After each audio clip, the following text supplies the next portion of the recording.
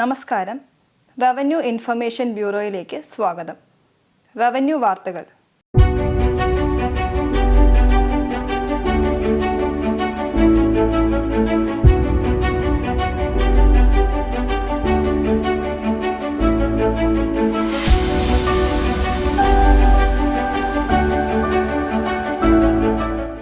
പ്രധാന വാർത്തകൾ.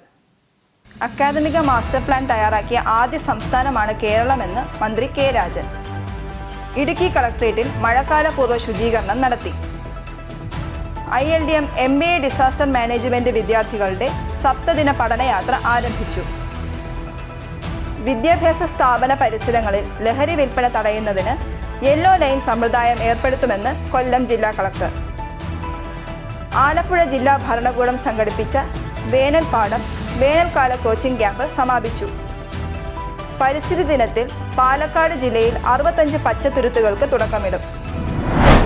പൊതുവിദ്യാഭ്യാസ രംഗത്ത് ഭൗതിക സാഹചര്യങ്ങൾക്കൊപ്പം അക്കാദമിക മാസ്റ്റർ പ്ലാൻ തയ്യാറാക്കിയ സംസ്ഥാനമാണ് കേരളമെന്ന് റവന്യൂ വകുപ്പ് മന്ത്രി കെ രാജൻ പറഞ്ഞു.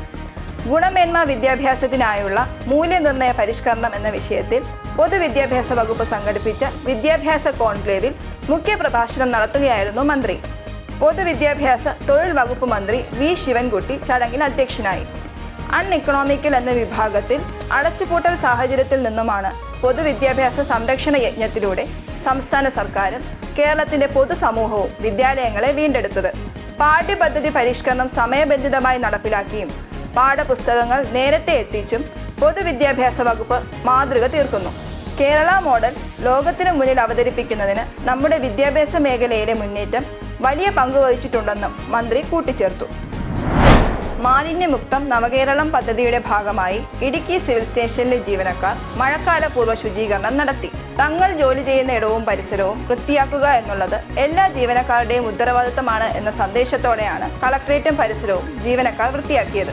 തുടർ ദിവസങ്ങളിലും പരിസര ശുചിത്വം നിലനിർത്തി ജോലി ചെയ്യാൻ വൃത്തിയുള്ള അന്തരീക്ഷം ഒരുക്കുക എന്നതാണ് ശുചീകരണ പ്രവർത്തനത്തിലൂടെ ലക്ഷ്യമിടുന്നത്. ഓഫീസ് പ്രവർത്തനത്തെ ബാധിക്കാത്ത തരത്തിലായിരുന്നു ശുചീകരണം നടത്തിയത്.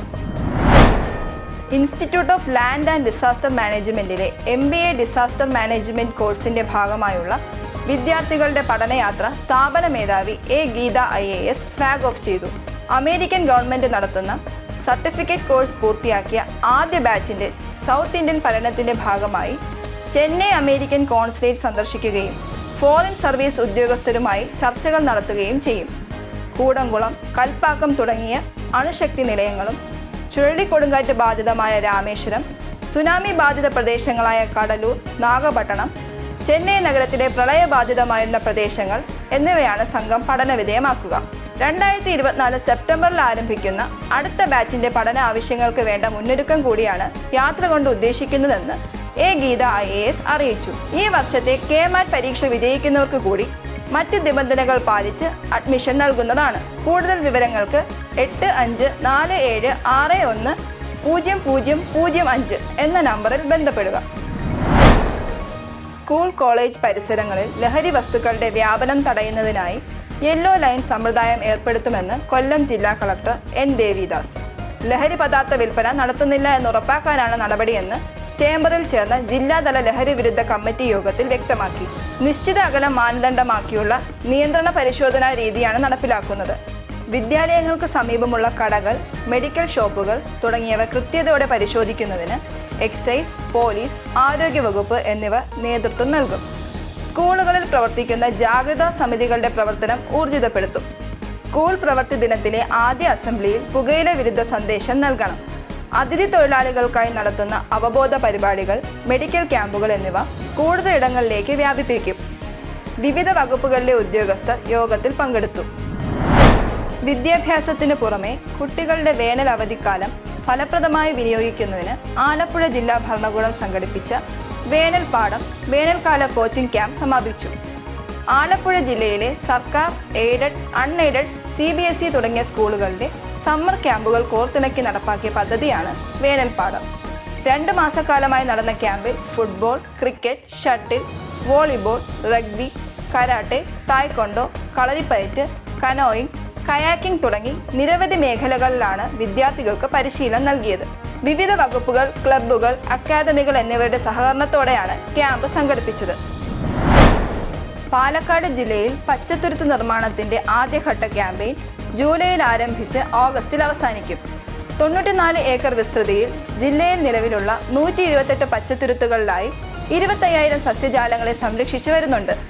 അന്താരാഷ്ട്ര പരിസ്ഥിതി ദിനമായ ജൂൺ 5-ന് ഹരിത കേരളം മിഷന്റെ നേതൃത്വത്തിൽ പാലക്കാട് ജില്ലയിൽ 65 പച്ചത്തുരുത്തുകളുടെ നിർമ്മാണത്തിന് തുടക്കമിടും. തദ്ദേശ സ്ഥാപനങ്ങൾ, തൊഴിലുറപ്പ് പദ്ധതി, സോഷ്യൽ ഫോറസ്ട്രി തുടങ്ങിയ വിവിധ ഏജൻസികളെ സംയോജിപ്പിച്ചുകൊണ്ട് 46 തദ്ദേശ സ്ഥാപനങ്ങളിലാണ് പച്ചത്തുരുത്തുകൾ ഒരുക്കുന്നത്. കഴിഞ്ഞ മാസങ്ങളിൽ ജില്ലയിൽ അനുഭവപ്പെട്ട ഉഷ്ണതരംഗ പ്രതിഭാസത്തെ ഭാവിയിൽ അതിജീവിക്കുക കൂടി ലക്ഷ്യമിട്ടാണ് പച്ചത്തുരുത്തുകൾ വ്യാപകമാക്കുന്നത്. ഫലവൃക്ഷത്തൈകൾ, മറ്റ് വിവിധതരം വൃക്ഷത്തൈകൾ എന്നിവയെല്ലാം പച്ചത്തുരുത്തുകളിൽ ഉൾപ്പെടുത്തുന്നുണ്ട്. പാലക്കാട് ജില്ലയിൽ പച്ചത്തുരുത്ത് നിർമ്മാണത്തിന്റെ ആദ്യഘട്ട ക്യാമ്പയിൻ ജൂലൈയിൽ ആരംഭിച്ച് ഓഗസ്റ്റിൽ അവസാനിക്കും.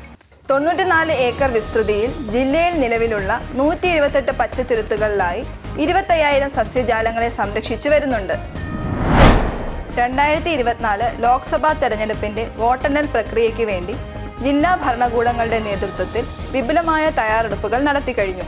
കൗണ്ടിംഗ് ഉദ്യോഗസ്ഥർക്ക് ആവശ്യമായ പരിശീലന പരിപാടികൾ സംസ്ഥാനമൊട്ടാകെ റവന്യൂ ഇലക്ഷൻ ജീവനക്കാരുടെ നേതൃത്വത്തിൽ സംഘടിപ്പിച്ചു.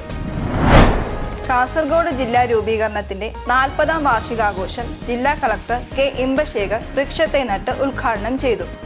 ജില്ലയുടെ ഔദ്യോഗിക വൃക്ഷമായ കാഞ്ഞിരത്തിന്റെ തൈകളാണ് നട്ടത്.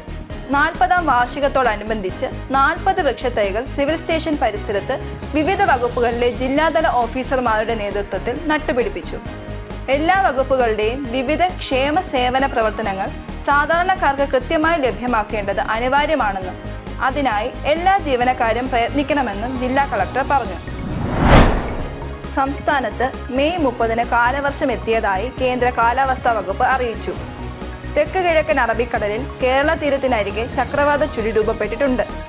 കേരളത്തിൽ അടുത്ത 7 ദിവസം വ്യാപകമായി ഇടിമിന്നലോട് കൂടിയ മഴയ്ക്കും കാറ്റിനും സാധ്യതയുണ്ട്. ഒറ്റപ്പെട്ട സ്ഥലങ്ങളിൽ ജൂൺ 3 വരെ ശക്തമായ മഴയ്ക്ക് സാധ്യതയെന്നും കേന്ദ്ര കാലാവസ്ഥാ വകുപ്പ് അറിയിച്ചു. ഇതോടെ ഈ ബുള്ളറ്റിൻ പൂർണ്ണമാകുന്നു.